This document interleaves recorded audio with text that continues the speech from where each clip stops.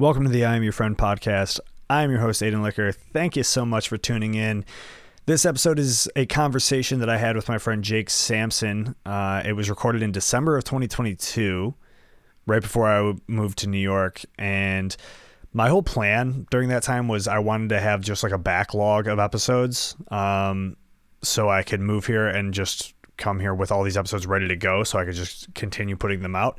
And that didn't happen. This was the only conversation I got recorded just because it was a super busy time. I was getting ready to move. It was the holidays.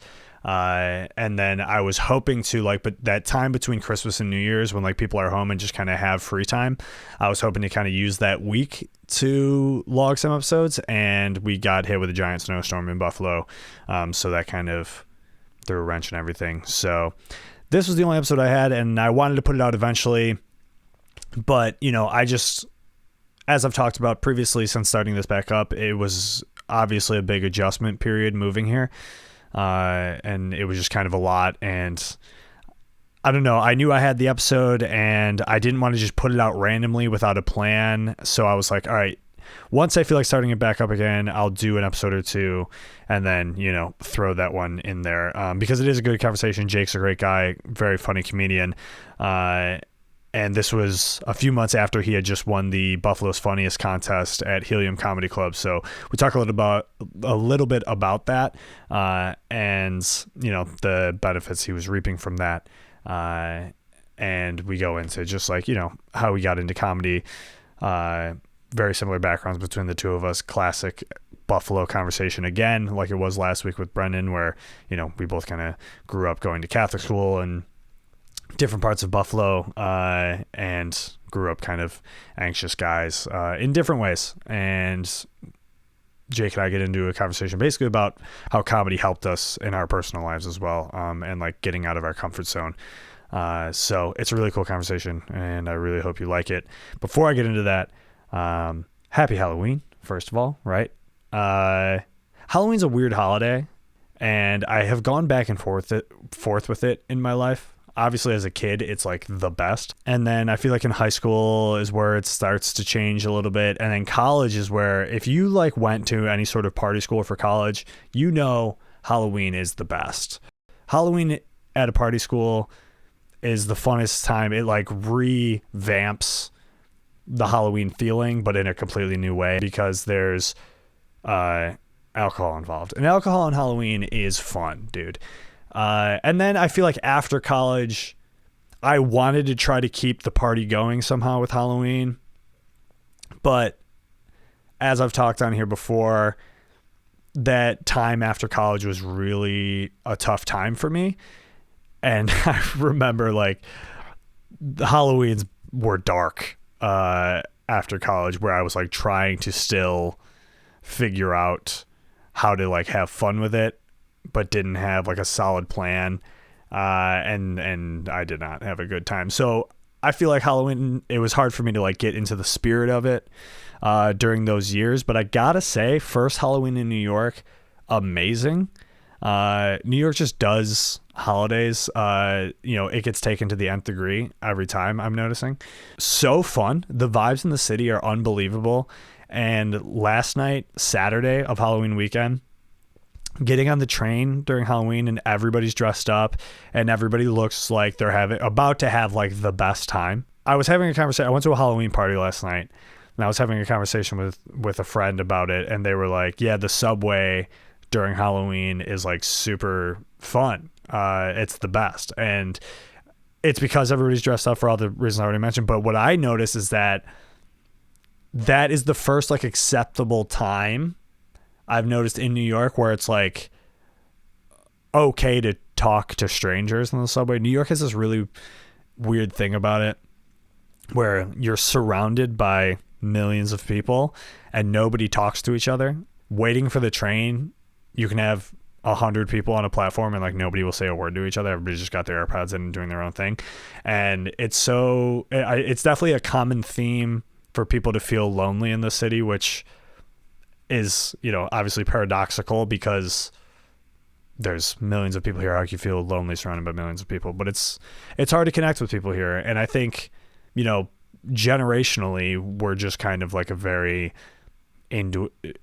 become very individualistic, and stranger danger as well is always a thing. Like, and in New York specifically, like if somebody's coming up to talk to you, they're usually like asking you for something, or trying to like grift you in some way and sell you something. That's a good reason for, people not want that to happen. But on the subway during Halloween, to be able to use like somebody's costume as like an icebreaker a little bit to talk to them is really fun. And I had really fun conversations with just random people on the subway while I was on the way to the party, and it was super cool. And it felt good to do that, to like connect with people in that way. And I wish we could do that all the time. And it also sparked an idea in me that I've had since I moved here, but I don't know, one, it's not that original of an idea, and two, I don't know, there's a lot of fears around doing it and like insecurities that I'm like, I don't know. But this idea that I have is like, I would love to just sit on like a bench in a park somewhere in New York and just like have just a sign that just says like, let's talk, like just open a general like window for somebody to just have a conversation for no reason, for no benefit other than connecting and just having a conversation. And I would love to just literally sit on a bench for a few hours and just hope that a random stranger just sits down and we can just talk about life, because I feel like that is something that people in this city, at least based on the people I have in my life that we have in common, is like people miss that, like just having a conversation with, it sounds so insane. And I think like coming from Buffalo specifically, Buffalo is, it's the city of good neighbors. It's very normal to just like strike up a conversation with somebody like on a street corner, but here that's, that doesn't happen. That was a tough adjustment for me to just like not strike up if you know me at all and hang out with me, like that is, I love doing that. I love just talking to anybody about anything. That's why we started a podcast. So Halloween weekend in New York is super fun, and it was fun to connect with people. Went to a Halloween party. Halloween party was really fun, except it was a BYOB party, and I brought my own beers, brought a 6-pack of beer, and I put it in the fridge. And then I had maybe 3 of them, and then I went to the fridge and they were gone. And then at the end of the party, like when most people had left, I had seen the empty bottles scattered around the party. And I'm like, if it's BYOB, that means you drink what you brought, and you don't get to just dip into other people's stashes. So I was there for like 4 or 5 hours and only had 3 beers, so I didn't get drunk. But I don't know, maybe that was a blessing in disguise, because it was kind of nice to just like go home and like have like a good night's sleep. But I was still out till 3 a.m, And then once it gets that late, the trains don't run as frequently, and so I was looking up when like the next train was going to get to the closest station to my friend's apartment. And I was going to time my walk perfectly so that I could get there just like a minute or 2 before the train shows up. So I was doing that, hanging out at my friend's place, and then made the walk. I got there, and based on what it said on my phone, it should have still been like 2 or 3 more minutes before the train showed up. And I got down to the platform, and the announcement came over the speaker, and it was like, here comes this train that you want to get on. And then the train just didn't show up. And then I had to wait another like half hour for the next train, which sucked because it was like already 3 a.m. and I was so sleepy. But the train eventually showed up. And what was really funny, I thought, is when I got onto the train, it was packed with people who were like obviously still partying. Again, striking up conversations with people at 3 a.m. on the subway, and people are still just in a really good mood. People are laughing. There were 2 guys dressed as cheerleaders that were like doing a whole routine almost like making fun of Subway performers. And that was fun. And everybody was laughing at that. Get back to my stop, and I'm going up the stairs, and there's this guy really struggling. He looks really drunk and messed up, and he's swaying as he's walking. He's not looking good. And I'm like, geez, buddy had a night, you know? And he gets through the turnstile, and then he just drops to his knees, and then he's on his hands and knees, just like sitting there. And everybody who's leaving just like walks around him and just exits. And I was about to do the same. And I like looked at him for a second, and I didn't say anything, and I was staring at him. And then I start to walk away because I was just like, this isn't my problem. This is your fault for getting this messed up. But I don't know. The thing I noticed, especially with this, I'm trying to be the most empathetic person I can be all the time, you know, but in New York, it really tests how far your empathy can go, because you see that so often. You see people in distress or having a mental episode or like a drug induced episode and are behaving in a very odd way. And you know, you can't help everybody. And a lot of times you don't know how to help. And so, you know, the best thing you can do is just move on with your day, which sucks. I don't know what made me stop, but I eventually, I got to a couple steps up before I left. Like I was about to leave the platform, and I stopped on the stairs, and I just turned around and looked at him again. And there's another dude on the stairs with me, and he looked at me. And I was like, somebody should help this guy. And what pissed me off about this moment is there was a girl who at that moment took the time to look at me and go, yeah, you should help him. And then she just fucked off. She just left. And I'm like, do you feel like a hero for that? Like I had a feeling like she just went home and was like, wow, I'm such a good person for telling that guy to help that guy, instead of just doing it myself. Anyway, beside the point, I listened to her. And so I went down, and I was like, hey man, do you need help? And he looked up at me, and he looked like he was like sweating profusely, and he looked terrified, and he was like, please help me. I need to get home. I'm not from here. Like, please help me. And I was like, I got you, man. Where do you need to go? He gave me his address. He was one stop away. He had to go one further stop on the train we were on, and he would have been right near his place. But he got off one early. And so I get him up the stairs. I'm like, let's go out, you know, to the curb, because he says he thinks he needs to throw up. So I was like, let's at least get out of the subway, you know? So we get to the top of the stairs. I get him on the curb. He tries to throw up, but he can't. And then we're just sitting there. Everywhere around is closed, right? It's now, at this point, it's almost 4 a.m. We're in Williamsburg. All of the stores, there's no corner stores open. There's nothing. I'm just trying to get this guy water. I'm too far from my apartment to come here to get him water. So I'm trying to figure out what my best option is. These guys start coming out of the pizzeria across the street that was closed, but they closed up for the night, and we're just about to head home. And I just ran up to them. I was like, can somebody please let me buy water? I found this guy. I don't know him. He's super messed up. I just need to get him water. And luckily they let me grab one. And so I got him the water. He's drinking it, and he started to feel better after that. He tells me he's from Denmark. He just moved here. And he went to a party with work colleagues.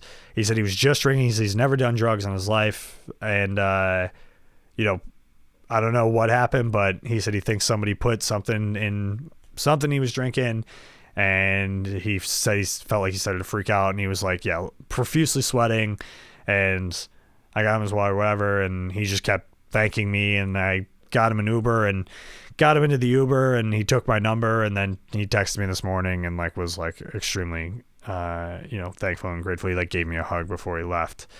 And then, you know, I went home after that. But it's just I don't know, man. It's I've just been thinking about that guy ever since. And of course, the empathetic view is just like, if that was me, if that happened to me, you know, I would hope somebody would stop to help me. And it scares me that I almost didn't, you know?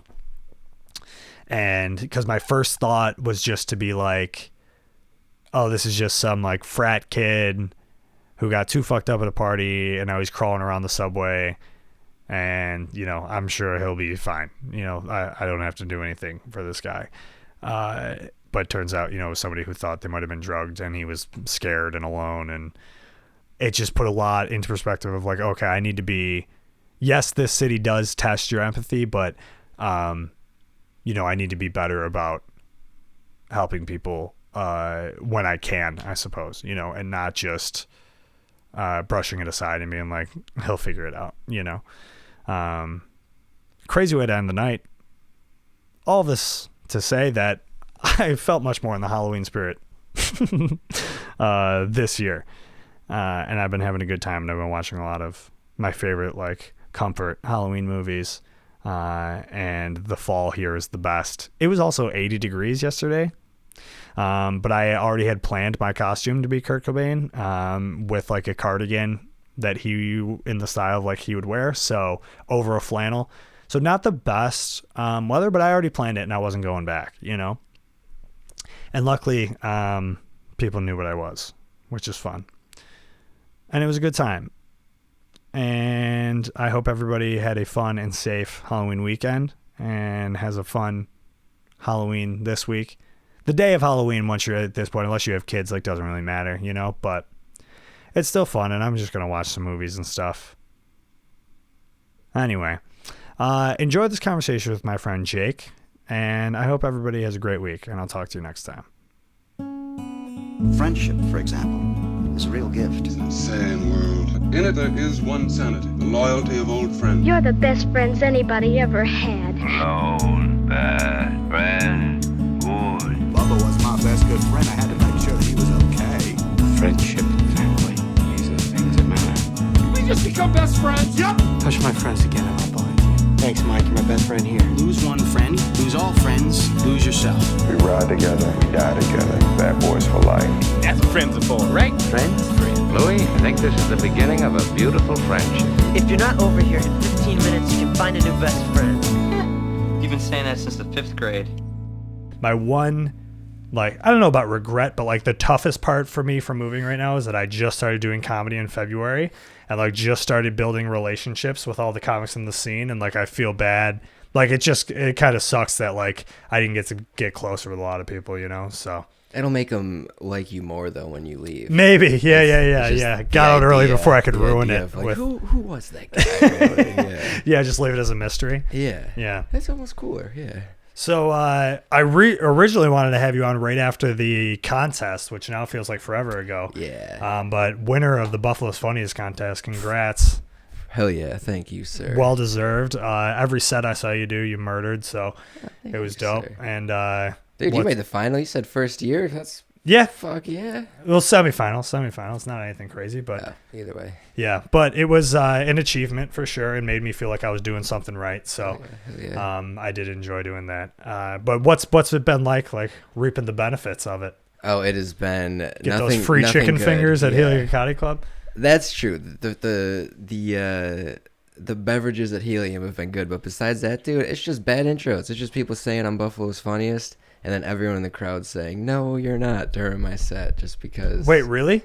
Oh, dude, yeah. Like, I don't know. They always overdo the intros now because I once this is the funniest person in Buffalo. Get ready to come sucks. off your seats, and then I just go up there and I try new shit, and it doesn't work. Yeah. Because, Yeah, that's a bummer. I can see that. Yeah, that setting it sets the bar super high, so people expect to be just blown away. Yeah, and then you're trying out new shit, and they have no idea. Yeah, it's just me. I'm just not that funny. Have you? What other do you get opening slots for people at all, or? Not. I just got a guest spot for Mark Norman this weekend. That was pretty fun. That's sick. What show? Saturday, the Late Show. Whoa. Yeah, that was. How did it go? That was sweet, dude. He's super nice. We Is he watched really? the pay-per-views in the back, the UFC pay-per-view Oh, in the nice. back. Yeah, we were just hanging. Damn, that's like, he seems like a good hang. Yeah. Oh, Yeah. yeah. And he's literally like, it's not a character. He talks That's just like how he that. is. Yeah. I mean, that's how he is on podcasts and stuff anyway. Yeah. So I figure, Which yeah. is so funny. Yeah. It was funny. I went to the Thursday show. Ooh, nice. It was the only show that wasn't sold out when I went to get tickets. So went to the Thursday show, and when I went with like my brother and his buddies, and at the end they all left, and I was like, and I went to the bathroom, and then people were like lining up for pictures, and I was like, all right, I mean, I'm gonna do it, you know. Might as well. I felt a little lame about it, and like when I was standing in line, I looked over and Kyle Turner's just like staring at me, and I'm like, he's judging the shit out of me for doing this right now. But I don't know. I love Mark Norman. He's like a hero of mine. So yeah. And when I met him, it was cool. And Nicole was taking my picture, and she was like, he's a comic. And I was like, awesome. Thanks for doing that. Yeah. Did he make you tell him a joke real quick? No, he did not. Thank God. So I don't know you that well. We only know each other from comedy. You hosted the first mic I ever did. So you stick out in my brain for that, for sure. That's good. And I think you're younger. You're like, what, 26? Yeah, 27 now. Just turned 27. Oh, okay, so we're the same age. Nice. That's good. Where'd you grow up? Kaisertown. Hell Cape yeah. Town, like South Buffalo. Yeah. Yeah.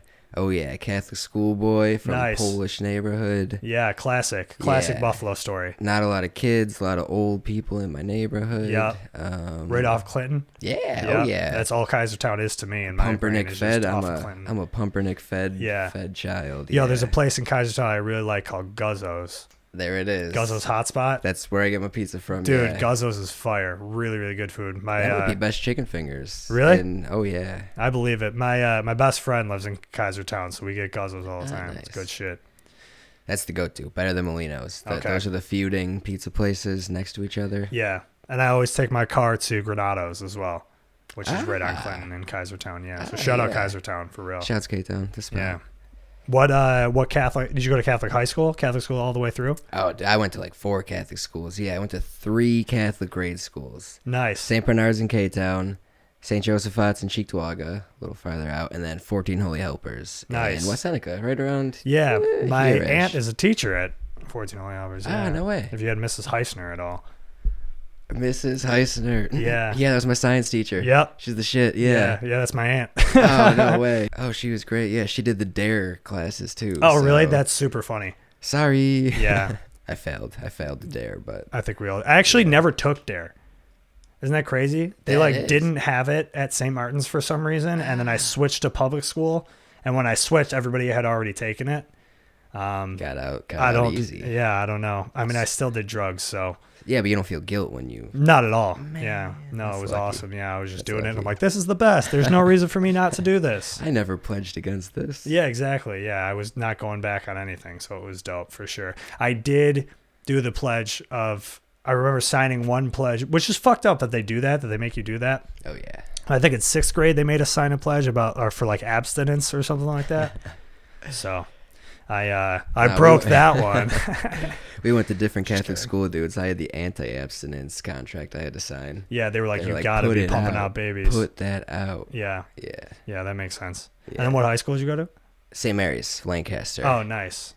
Cool, Yes, cool. yes.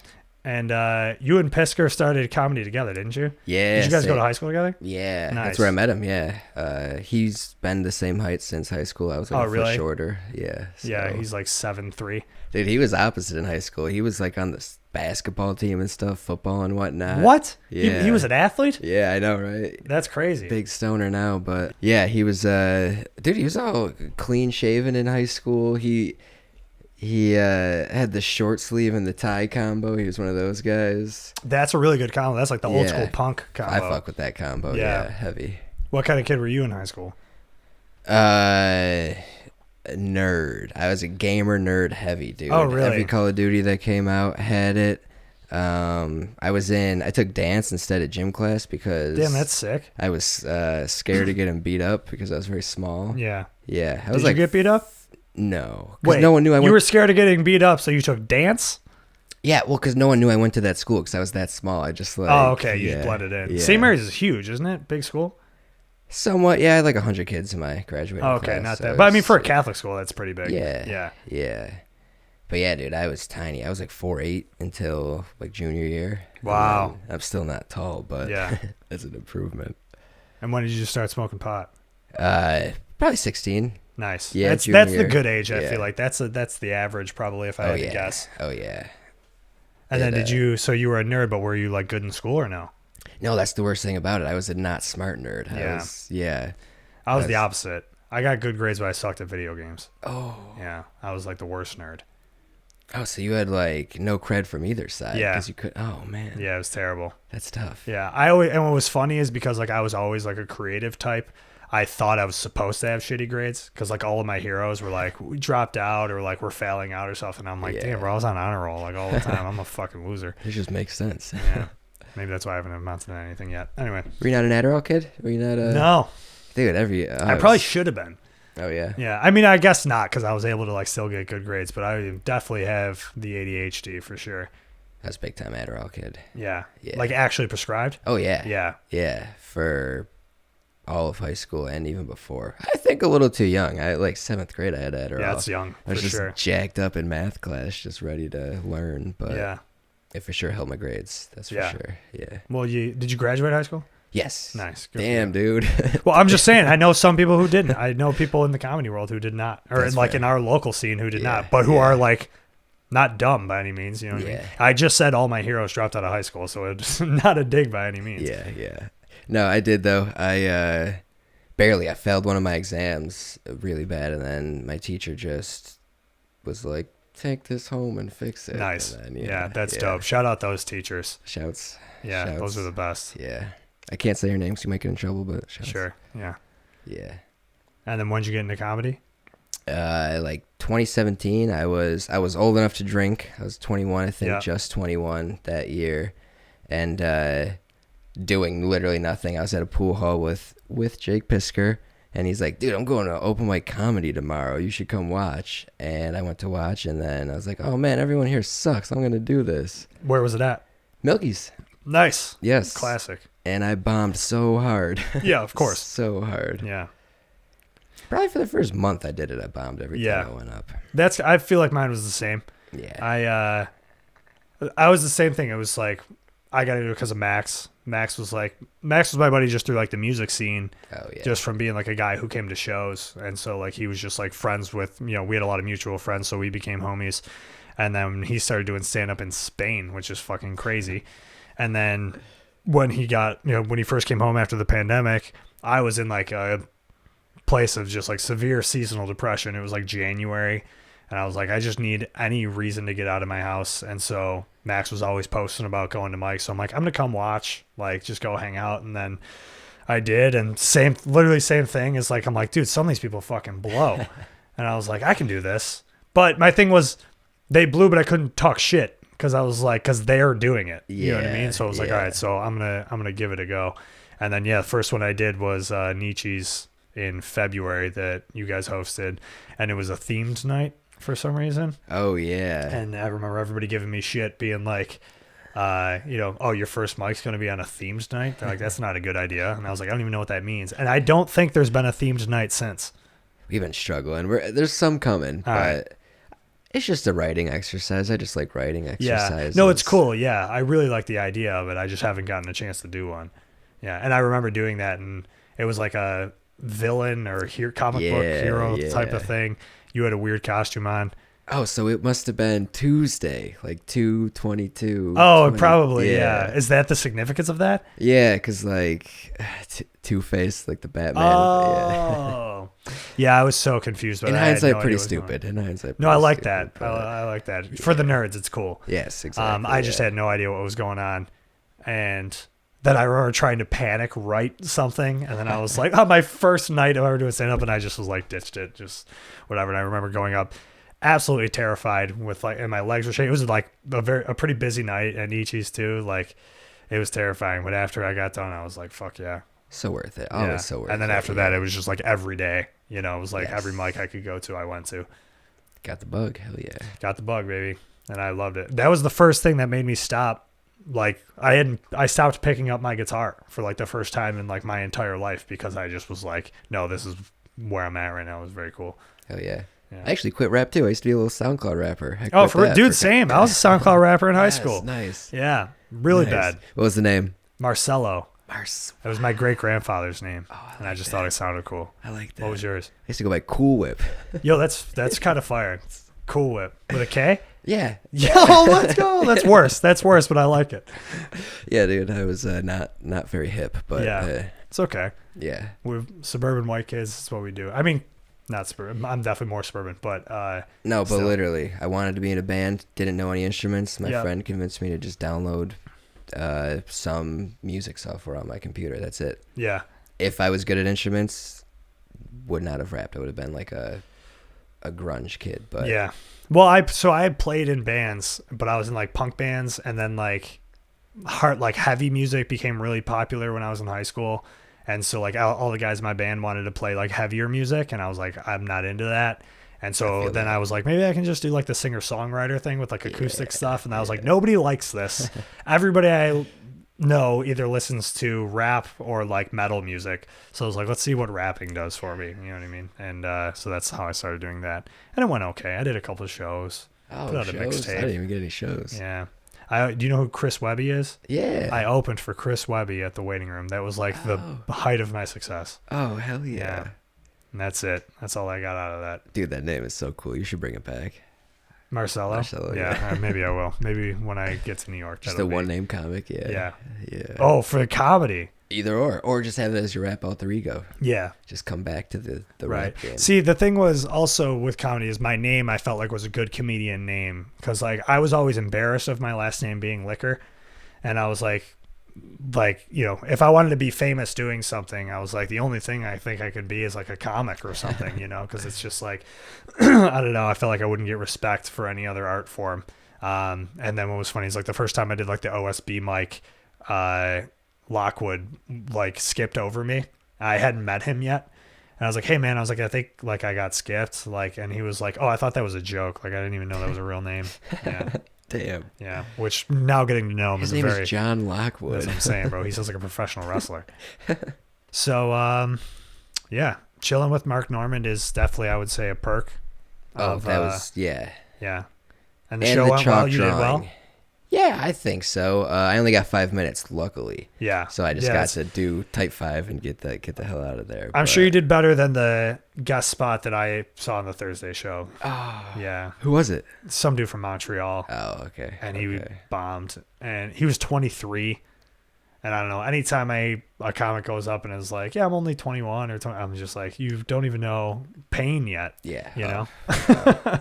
You're telling me. Yeah. So that's yeah, he just like did not do very well. So I'm sure you did well to a sold out crowd too. Yeah, sure which is cool.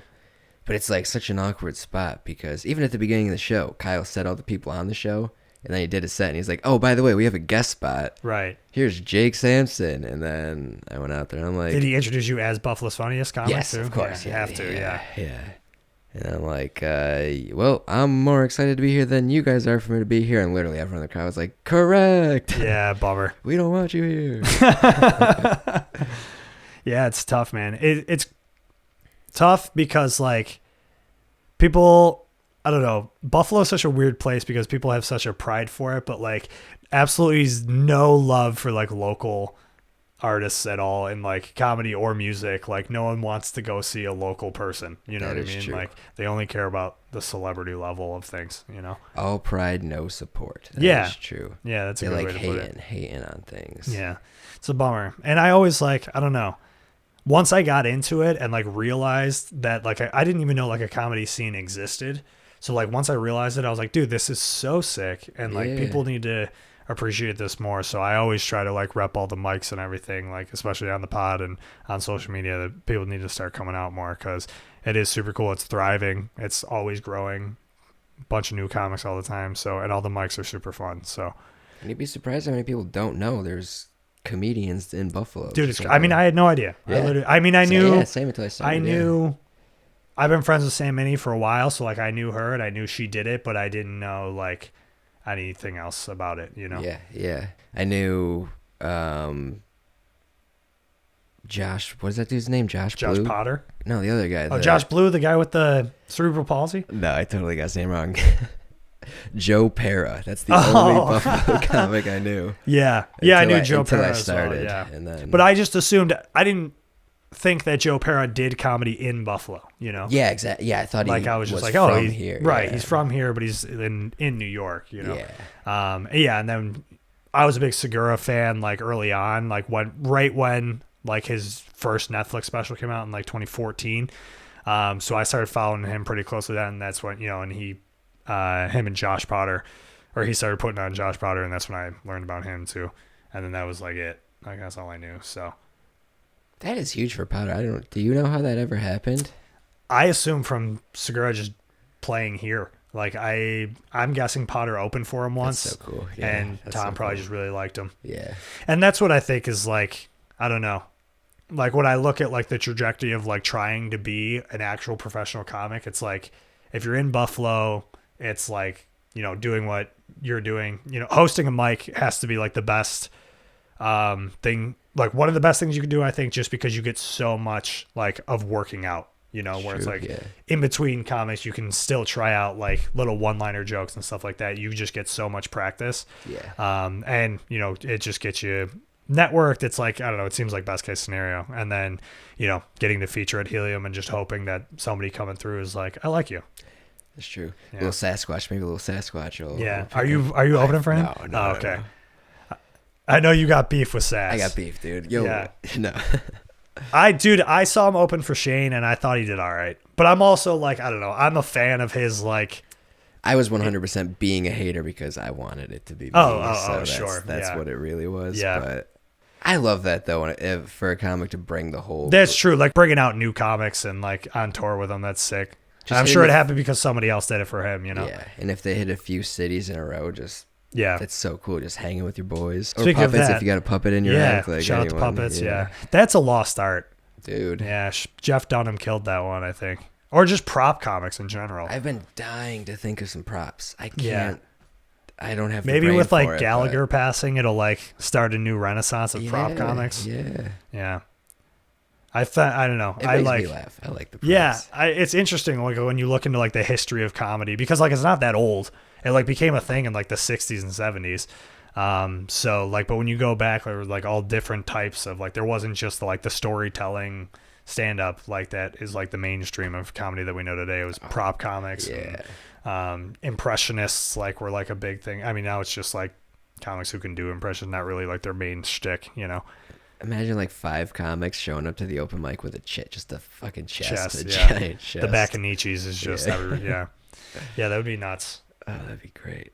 Have you ever gone to the Comedy Museum in Jamestown? I've not actually. Surprisingly, I know. Dude, it's Mecca. It's legit. I cried when I went there, dude. Yeah. It's so amazing. Well, now they got like the Hall of Fame going now that they Dude. like Netflix is like part of it, which is crazy. And it's just like origins you didn't know were origins, and like it's everything. It's so cool. Yeah. I've watched pretty much every documentary that I've known about like the history of it. So there's like the Comedy Store documentary is really good, and then like Jerry Seinfeld's Comedian is a really good documentary.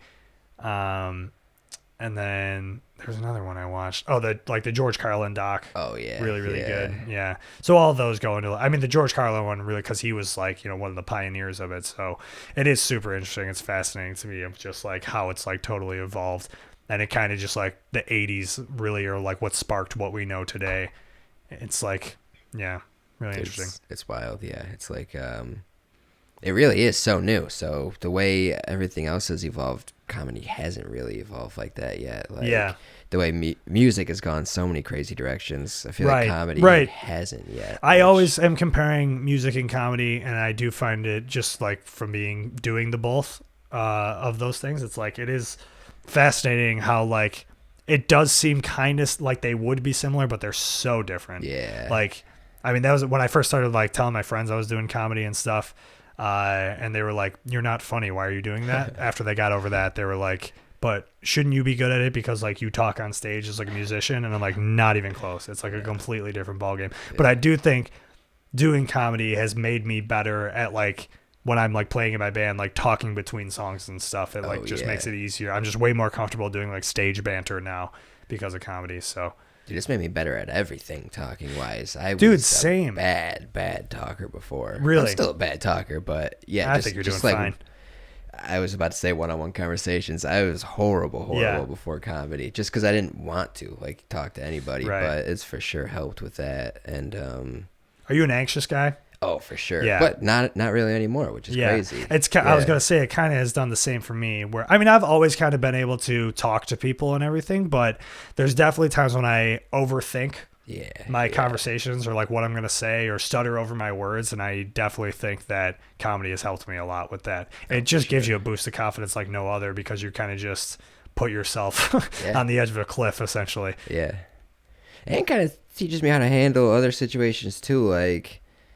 It's obviously not the same, but if you have to handle like rough hecklers in the bar or something, and then there's like a situation going on, it's like, oh, I've been through this before. I know how to handle drunk people. Like I was always terrified of confrontation my entire life. Like would never get involved, would never say anything. I'd flee from the scene. You know what I mean? And now like I notice like I will talk shit. Like I will toss some words out to somebody.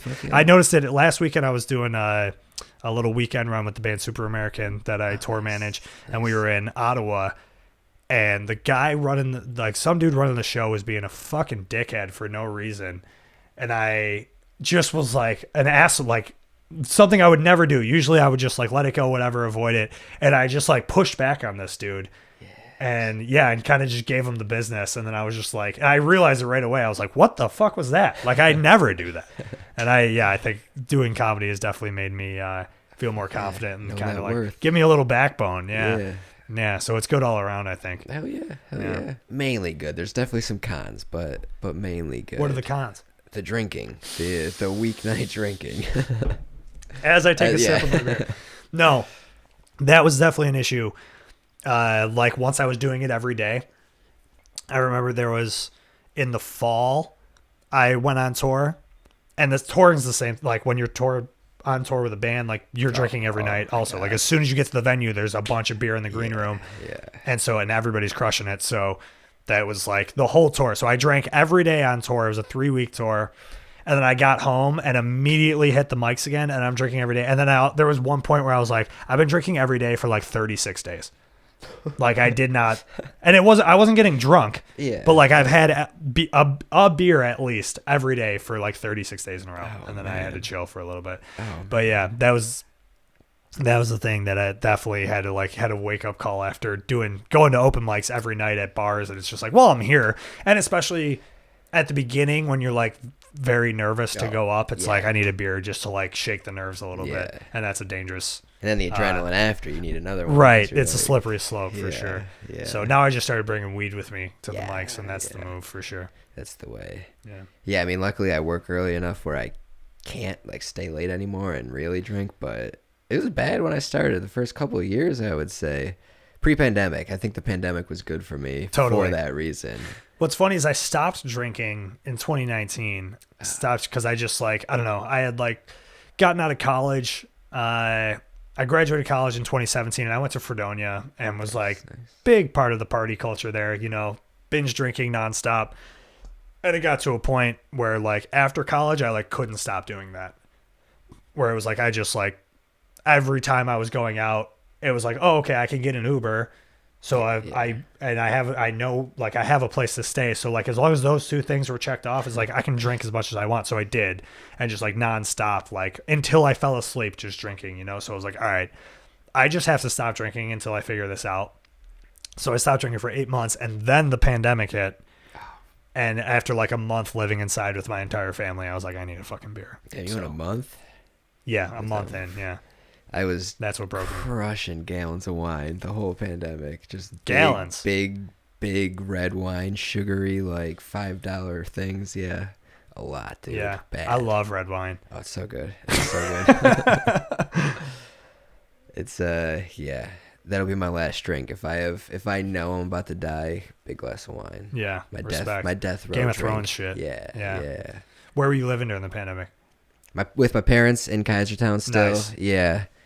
And it was bad because I had my 2 brothers, my parents, 2 dogs, my brother's fiance. Bro, Yeah. Same exact Dude. situation. Dude. It was my two brothers, both of their girlfriends, my parents, my dog, like, and that's when if you walked in downstairs, you saw it's like freshly remodeled down there. Yes. That happened because of the pandemic. Like, we had a bunch of walls up, and I was like, this house feels so small. I was like, Ma, you should look into knocking these walls out and like opening this up, because this is insane for us to all be living in. So yeah, I definitely feel that was in a very similar situation, and that's exactly why I was like, all right. And they were all drinking every night. Yeah. Oh, and like, you know, I was working from home. My little brother was working from home. He eventually got furloughed. So it was just me. I was the only one working from home. Everybody else was just chilling. And so like every night it was like, all right, let's start drinking beers and playing games. And I just would sit there, and then finally I was like, all right, I'm having a beer. Yeah. But since then, I think I've definitely, like, since then I've gotten drunk maybe like 5 times. Oh, so I've really like found a good balance with it, I think. So that's good. That's good for sure. But it's definitely not good to have one beer every day, I don't think. No. Like, you still should break it up a little bit more. Unless you ask like 100-year-old lady what the keys to old life are. She's like, I have a full 5th of whiskey every morning, and I'm fine. And I smoke 2 cigarettes before bed. Yeah, that shit is nuts. I don't understand that. That is always how it goes, too. When it's like, this lady turned 112. Yeah. And that's it, yeah. I only eat bacon. Yeah. Just like everything they say for bad for you is a lie. They just want to kill you sooner. Whoa, wouldn't that be crazy if they've just been lying to us? I can't even go with that conspiracy because it's not true. But yeah, I love trying to spread the most ridiculous conspiracy theories just to see how far conspiracy theorists will go. Like, if I meet somebody who is a conspiracy theorist, just say like some fucking crazy shit. You gotta have one. What's the most ridiculous one that you believe, though? I think I don't know if there's any that I believe. I used to be a big, like, when I was like 18, I thought like 9/11 was an inside job, was like definitely a real thing. And then I mean, maybe this makes me like a sheep, but like I did watch all the documentaries that came out the 20th anniversary and didn't realize like how much went down that day in like the White House and everything. And I was no, this was not, they admit that it was preventable. Yeah. But like, no, this was not like on the hands of like the American government, like at all. Like, this was clearly a very well planned, organized thing by like Osama bin Laden shit. So I let that one go, but I will say the most believable one, I think, is the moon landing being faked. And the only reason I think it's so believable is because, one, Stanley Kubrick released 2001: A Space Odyssey in 1968, a year before we supposedly landed on the moon. And 2001: A Space Odyssey is crazy. It's so good. So ahead of its time visually. Like, the visual effects of that movie are nuts. And if you watch it, and like when I watched it during the pandemic, actually, for the first time, and I was like, it is insane to me that this movie came out in 1968, because it's like so good. Like 10 years before Star Wars. Like, and it was like insane. So of course people were like, oh, this guy could do this. You know what I mean? Oh yeah. And then the other things he's made, he's just right. Yeah, that dude was something else.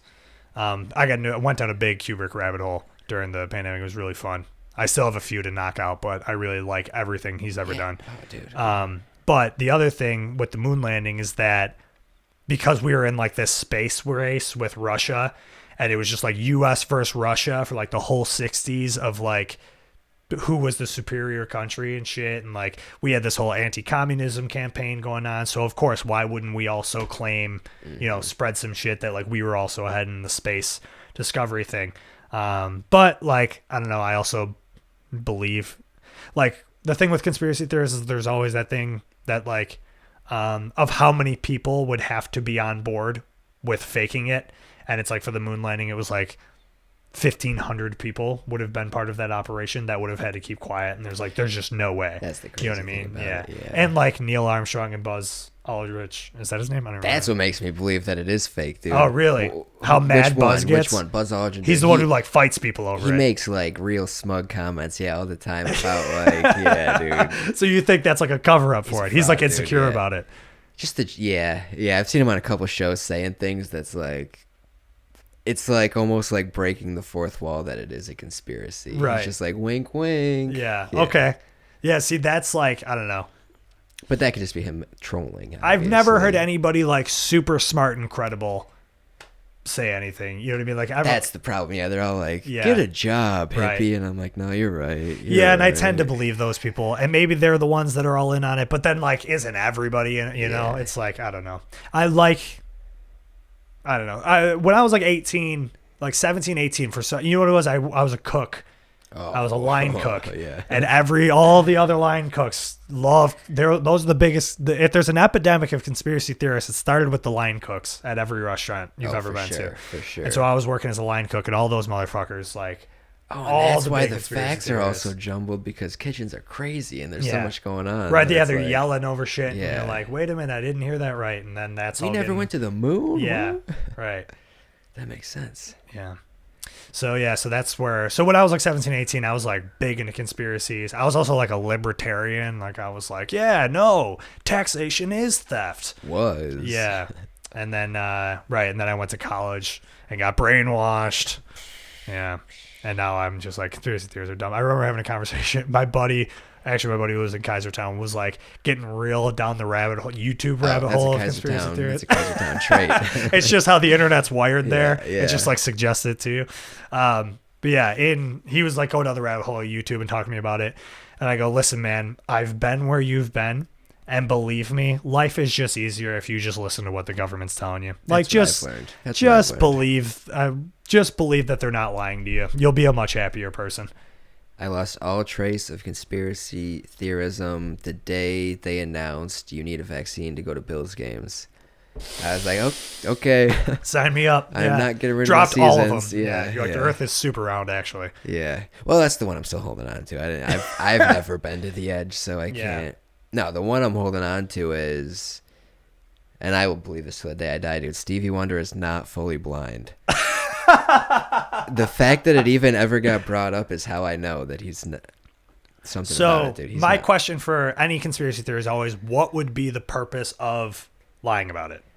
So he To seem more impressive? that he plays originally piano? said, I bet he's kind of blind. Oh, and he okay. said that, and they're like, just say you're blind. Why do you have to explain that you're kind? Just tell him you're blind, dude. And he's like, okay. Yeah. So yeah, I think that's what it is. Maybe he's like blind in one eye or something. Right. And they just okay. said, just tell him you're blind. It's Well, funny. then that's just an exaggeration. Is that really such a bad thing, Yeah. Well, because no, maybe not. Maybe the other not. thing is that, like, we had Ray Charles.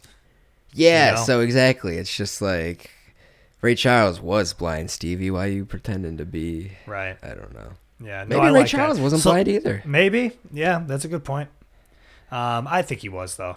Yeah. But I don't know. I do like the celebrity conspiracy theories forever. Yes. When I was like big, like going down the rabbit hole of the Beatles when I was a teenager, big into the Paul McCartney was dead one. Playing it backwards. Yeah. And stuff. Dude, I was big into that. I figured out how to do that. Ooh.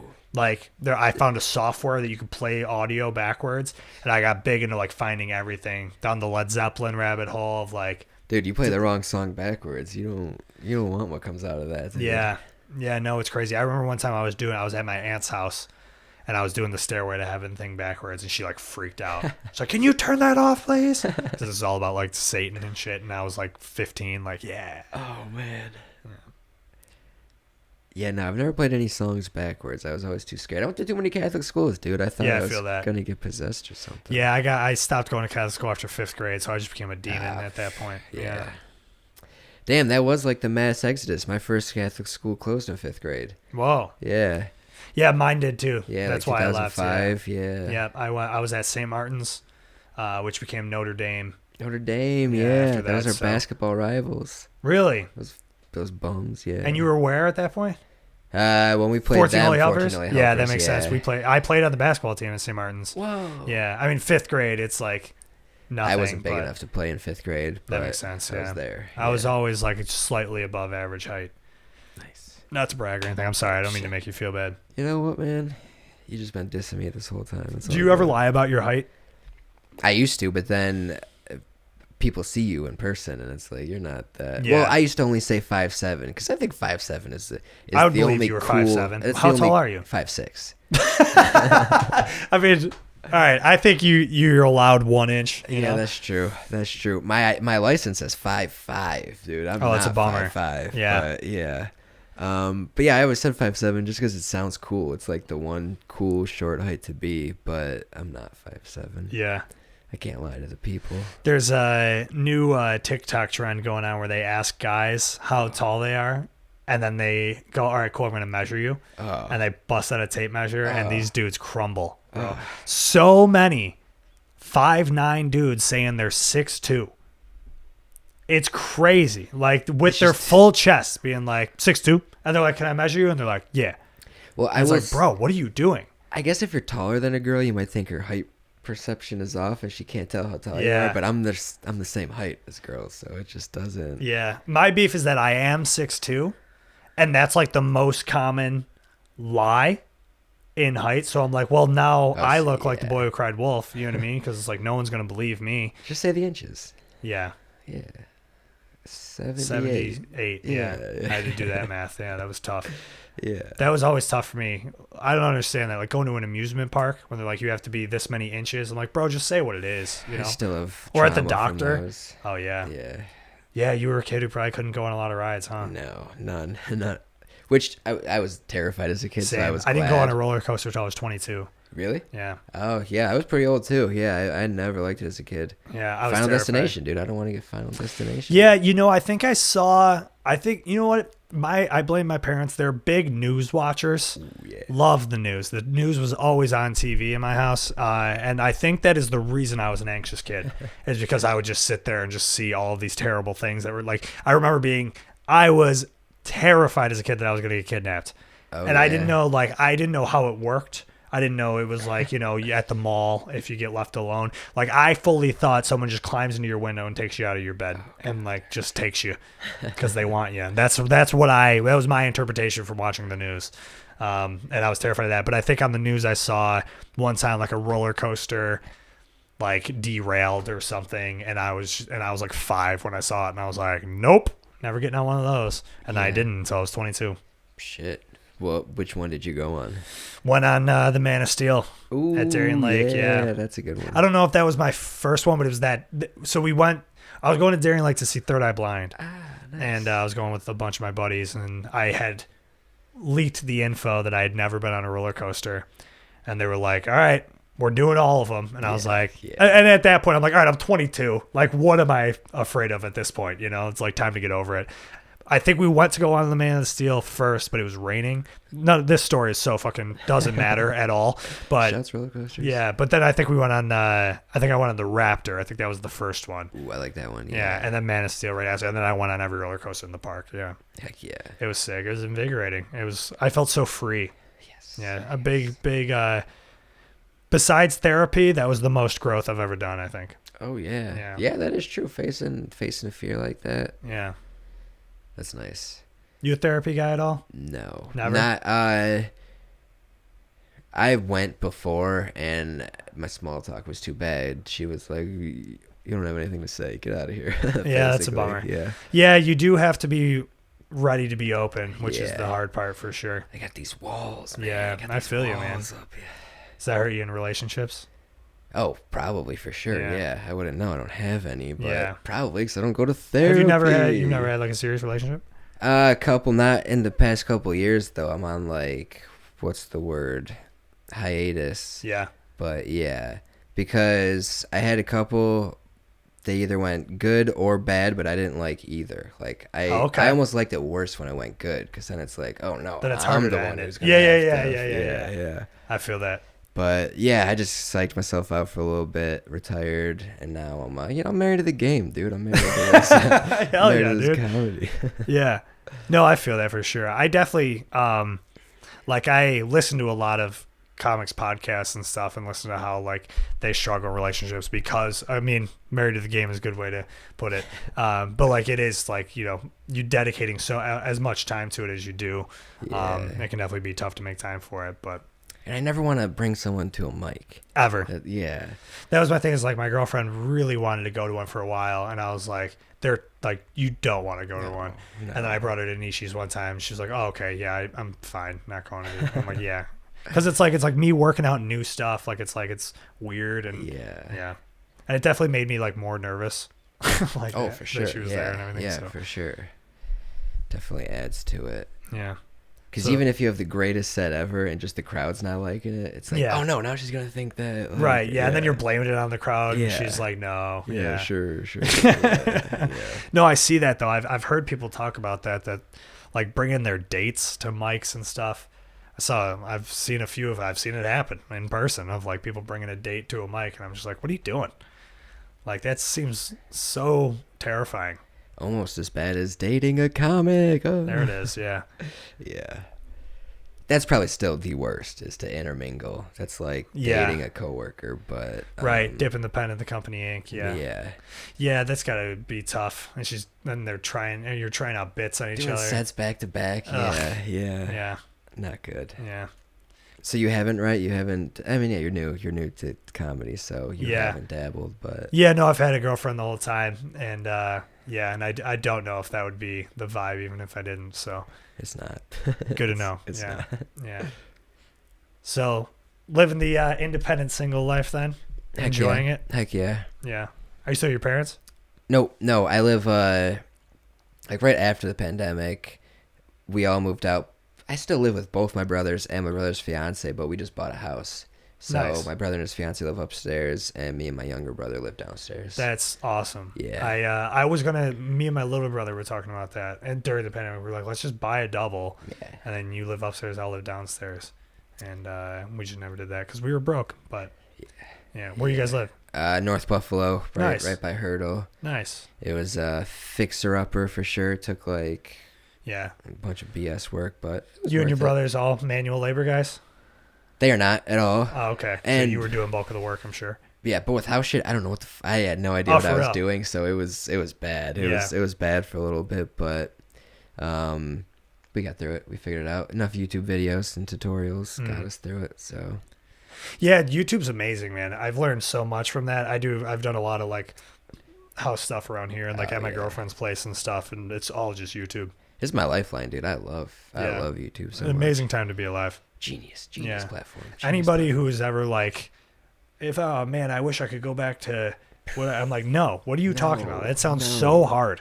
Could you imagine not having access to information at all times? It sounds terrible. No. Oh, I'm sorry. Did they have a Lisa Ann fleshlight in 1980? I don't think so. I'm saying, dude. I don't think so. Yeah. Or like a PS5.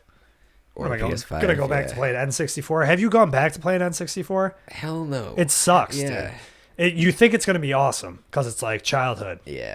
And then you start doing it and you're like, oh no, the gameplay doesn't make any sense at all. Oh, I have them all, dude. I have all the consoles still. I got a Dreamcast still. Yo, I think we still have our Dreamcast somewhere. I loved the Dreamcast. It's the only console that had Crazy Taxi. Yes. Oh, dude. Yeah. And House of the Dead with the gun controllers. Yes. That was dope too. Yeah. Dude, House of the Dead is probably... It's got to be the best game ever, I would say. I loved that game. Man, what a game. Yeah. Oh, man. Big fun, for sure. That game used to scare the shit out of me, actually. I would love playing it, but I would hate shutting it off. Yeah. I had a lot of shit like that. Well, it's just because I had older brothers, so like they always had shit like that, and then I was just around it. Yeah. I remember when the movie Signs came out, I watched that with my brothers. That movie fucked me up. I was like 6. Terrible.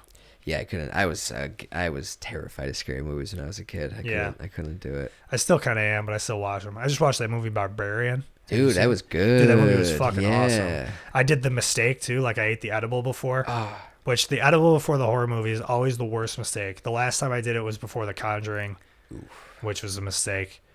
This time around though, like Barbarian was so good. Yes. Like the movie was so good that I like was fine with like the scary stuff. You know. I like movies like that where I get the like tightness in my chest when she first discovered the like thing? Oh my god, the room down there. Yeah. Yeah.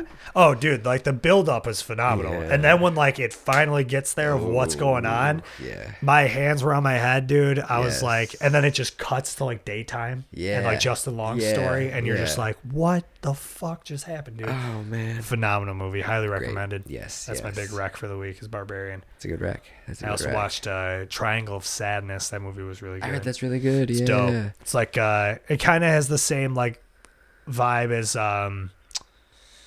Parasite. Did you see Parasite? Not yet, no. Same kind of vibe where it's like kind of like a critique on like materialism and class and status and stuff like that, and just kind of like when you strip that away, what's left of human beings. But it's like told in a very like satirical comedy type of way. Woody Harrelson's in it. He crushes.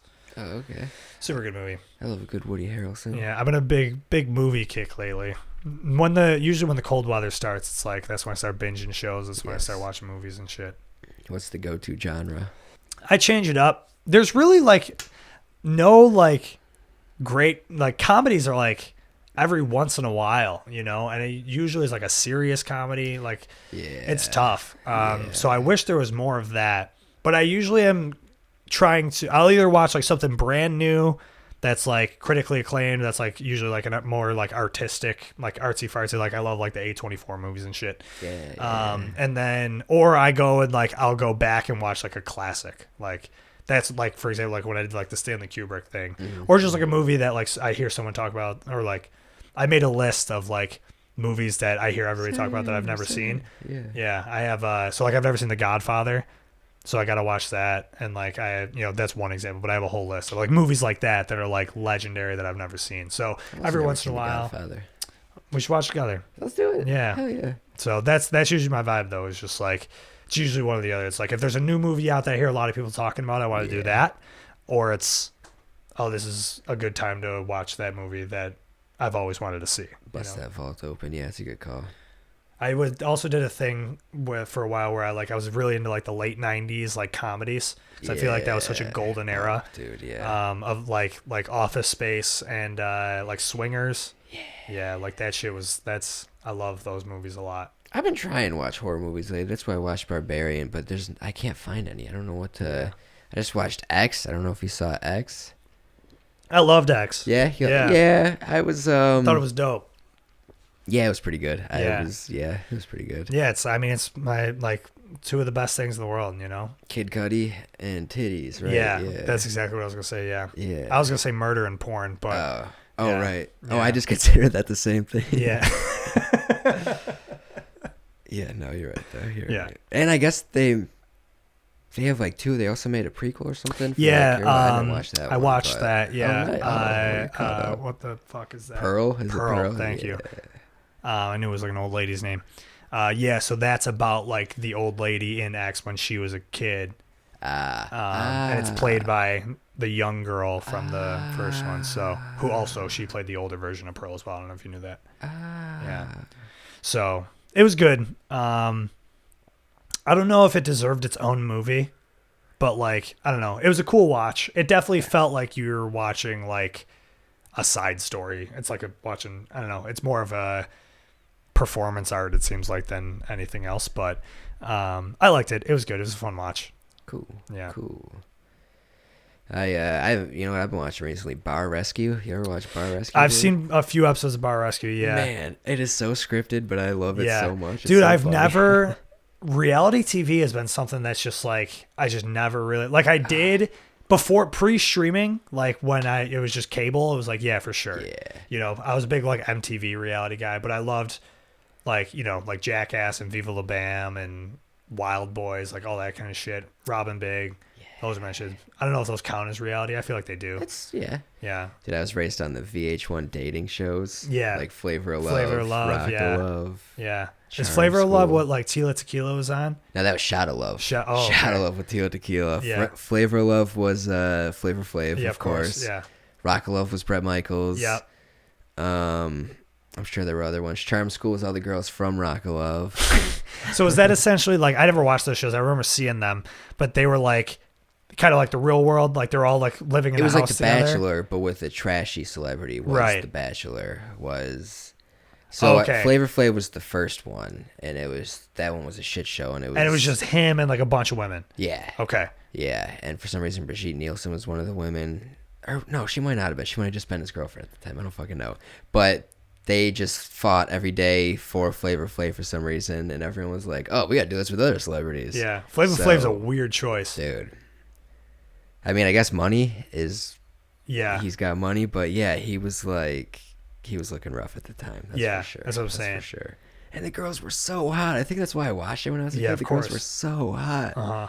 And they were just like making out with Flavor Flav. I'm like, I love this show. Yeah, seeing hot girls hook up with an old guy is weird.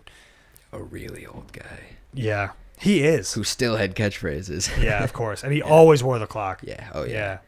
His like back was bad at that point because the clock was so heavy. He's like, Right. Yeah. What I don't remember any like I would watch VH1, but I remember T.O. had a reality show on VH1 when he first came to the Bills. Is right when his show started on VH1. So I watched that for that reason. I forgot about that. Yeah. Yeah. And the show was a lot of it was him in Buffalo. Yeah. Yeah. I think it got canceled after a season. I don't know why. I mean, we Yeah. got so much going on here. Yeah. That you would think they'd follow him around more, Yeah. but whatever. Yeah, that's all I watched. That's where I got all my recommendations too. Was from VH1. All my music was from VH1. I had bad music. The top taste 20 as a kid. countdown? Yeah, Yeah. dude. Yeah. I remember the Goo Goo Dolls were always on that. Of course. Growing yeah. up. And I think, And once I put together that they were from Buffalo at a young age, I was like, oh yeah, this is it. They're on the top 20 countdown. It's a big deal, So that's how I became a fan of them, I think. Probably top 2 Buffalo musician. They'll always be under Rick James because Rick James Yeah, of course. is the greatest. But yeah. I always forget that Rick James is from Buffalo. It's such a crazy thing. That's the one pride I take. Well, Yeah. I take pride in other things. Sure, but sure. Yeah. Yeah, that is nuts. So cool. But yeah, I got my music taste from MTV. They would do getting ready for school in the morning, right before Yeah. Catholic school. They would have the music videos in the morning, and that's how I discovered Fall Out Boy and My Chemical Romance and pretty much every band from that era, and that's how I got into all those bands. My brother called me a poser if I listened to them. Yeah, that's because fair. he heard them first, so I just had to listen to He called you a poser for listening to bands he listened to? Yeah. That's interesting. Yeah, because he'd be like, "You only know this because I was listening to this." Oh, that's how I knew anything in life. Right? That's what I thought. That's what I thought. Yeah. But he was like, "Get your own music," so I had to listen to fucking Kelly Clarkson and stuff. It's still pretty dope. But Still slapped, yeah. Damn, man, if my brothers ever told me that I couldn't listen to the music that they listen to, my music taste would be way different. Oh, dude. I'd be out of shit too. I got 4 other brothers, and they all listen to all different shit. I only had one, luckily, yeah. Yeah, I would have had to go country probably. Oh, yeah, man. that would have sucked. That would have been my downfall for sure. That would have been bad. I could see you yeehawing.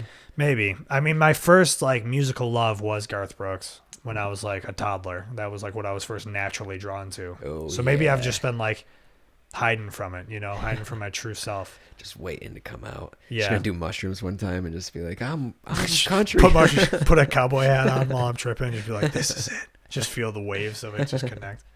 You a mushrooms guy? Yes. It's been too long, but yes. Same. Yes. I love mushrooms.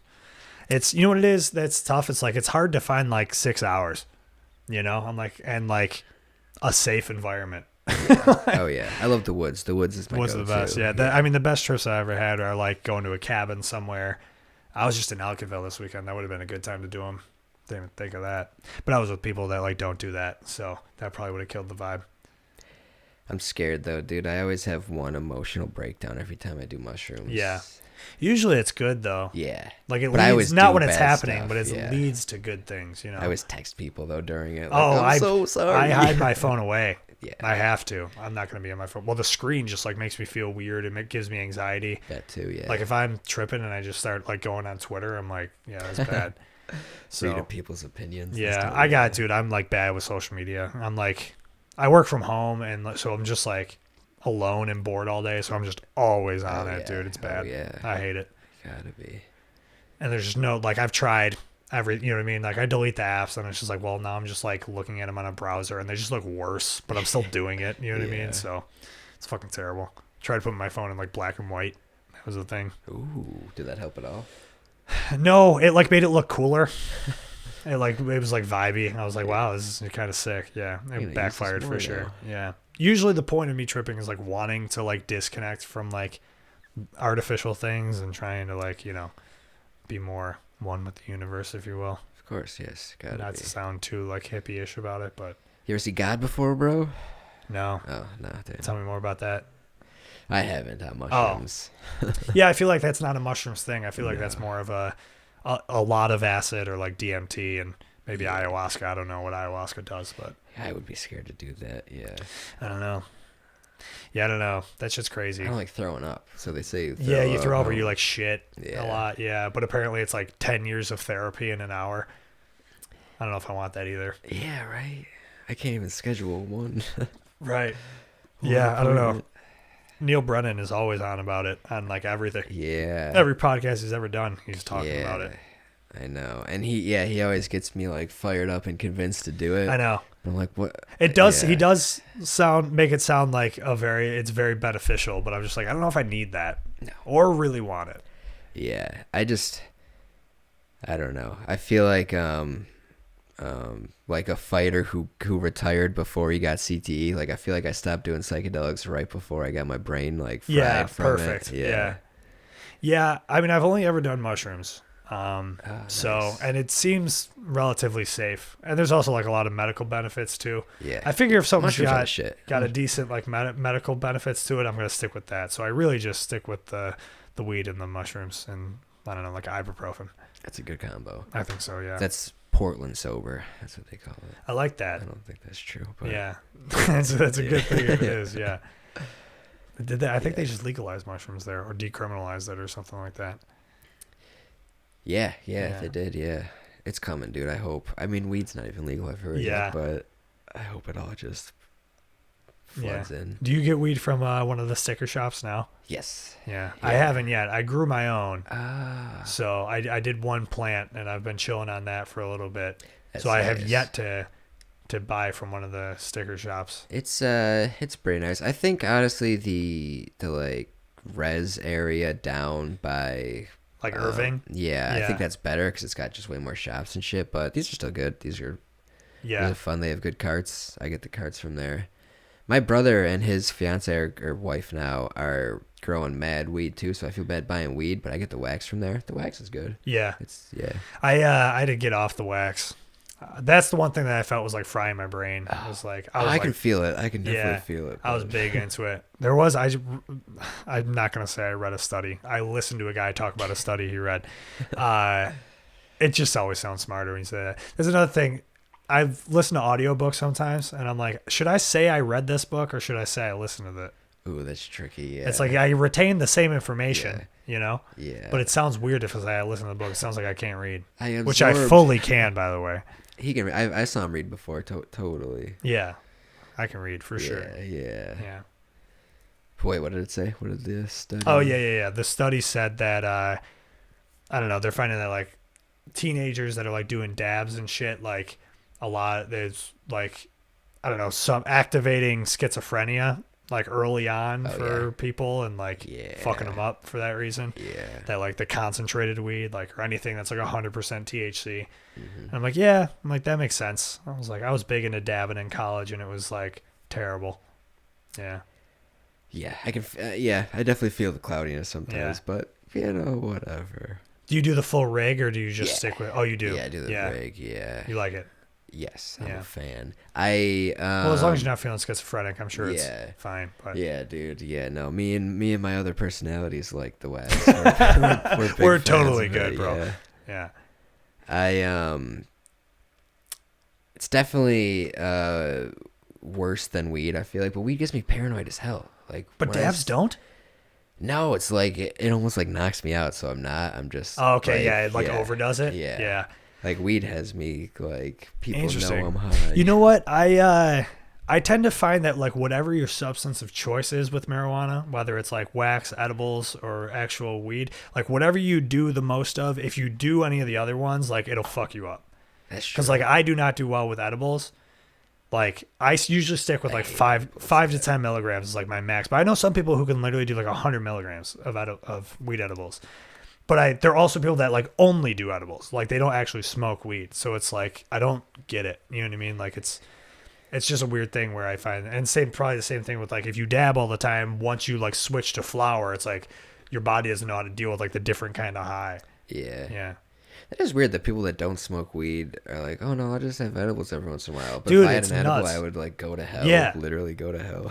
Yeah. I notice that all the time of people who are like not weed smokers, but like love edibles. And I'm just like, I don't understand you as a person at all. Cause edible, I have freaked out on edibles. I freaked out on a 25 milligram edible one time. And that's like that was like, I'll never do that again. Like 25 is like way too much. But I smoke, a bunch of weed and like I'm fine with it. But again, that's like my body's like so used to taking in that version of it that I think it's just like that's why I don't freak out on it. Yeah. But I haven't done dabs in so long that I don't know how I would react. First time I ever did dabs, I thought the person I saw doing it was smoking crack. I was in Fredonia. You ever been down to Fredonia at all? Yeah, just like once or twice, but yeah. There's like the creek is like the infamous like weed smoking spot. It's right across from campus. You walk down a trail and you're like by this creek and like everybody, it's just a bunch of college kids smoking weed. Nice. So me and my buddies, when we were freshmen, were walking down there and we like veered off the path down like a different path that I've never been on before. And I was like, this is weird. I was like, I don't have any weed. I was like, do you guys have weed? And they're like, no.